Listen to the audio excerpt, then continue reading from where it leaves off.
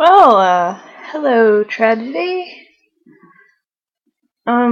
So pretty much this is the part where I put my foot in my mouth by offering you a little peace offering and trying to also help you find your way back to here so we can talk to you. I hope this doesn't trigger something bad, and if you want us to not do this, just, whenever you find your way, just say, okay, don't do that, and we won't do that.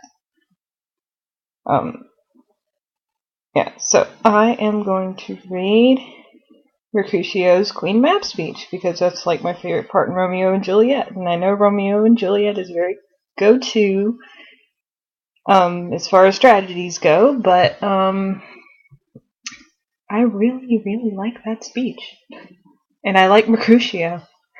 Did I pronounce that right? Anyway. So here I go. I hope I don't butcher it. Oh, then I see Queen Mab hath been with you. She is the fairy's midwife, and she comes in shape no bigger than an agate stone, on the forefinger of an alderman, drawn with a team of little autonomies athwart men's noses as they lie asleep.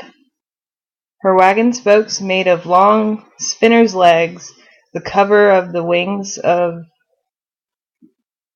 grasshoppers, the traces of the smallest spider web, the collars of the moonshine's watery beams, her whip of cricket's bone, the lash of film, her wagoner a small gray-coated gnat, not so big as a round little worm, picked from the lazy finger of a maid.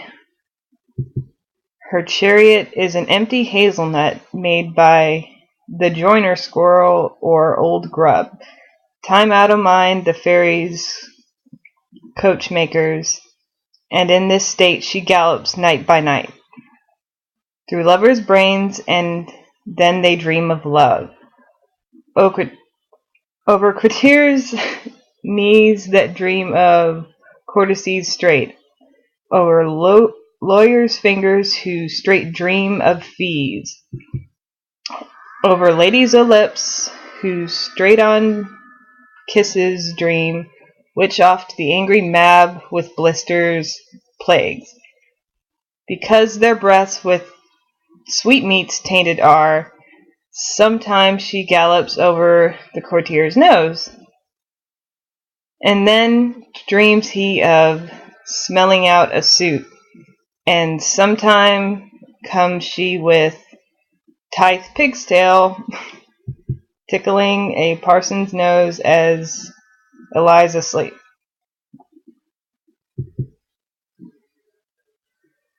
Then dreams he of another benefice.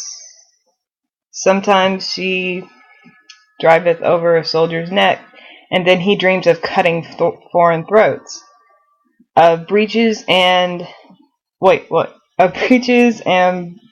cannot pronounce that word, ambuscados,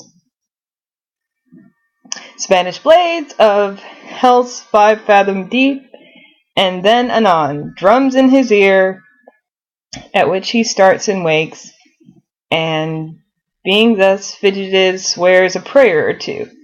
Not fidgeted, frightened. Being thus frightened swears a prayer or two, and sleeps again. This is that very Mab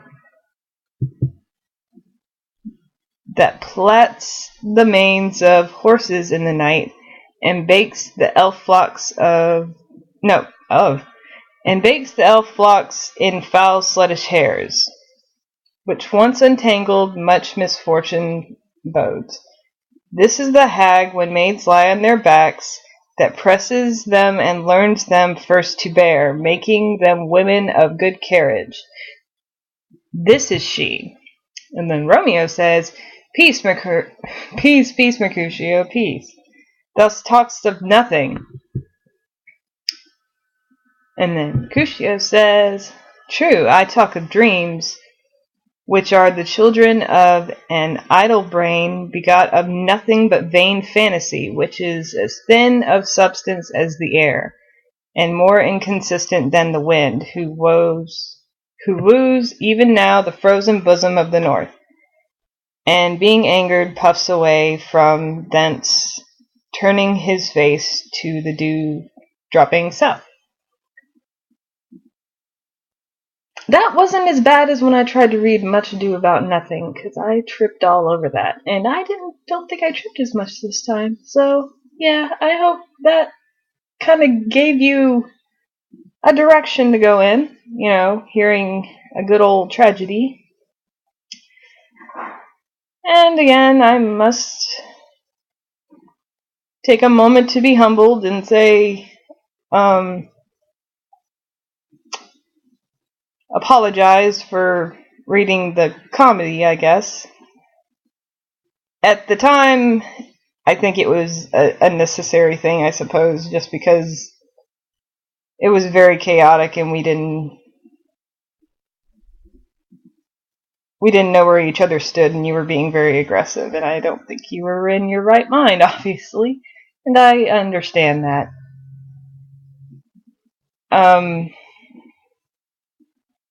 We were just defending ourselves, and you were acting with whatever motives you were acting with.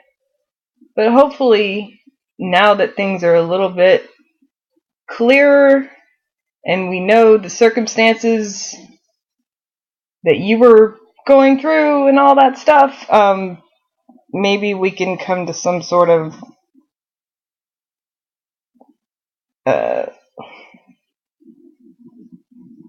peace, I guess. So yeah, it's not really cool when you're not in your right mind and people mess with you.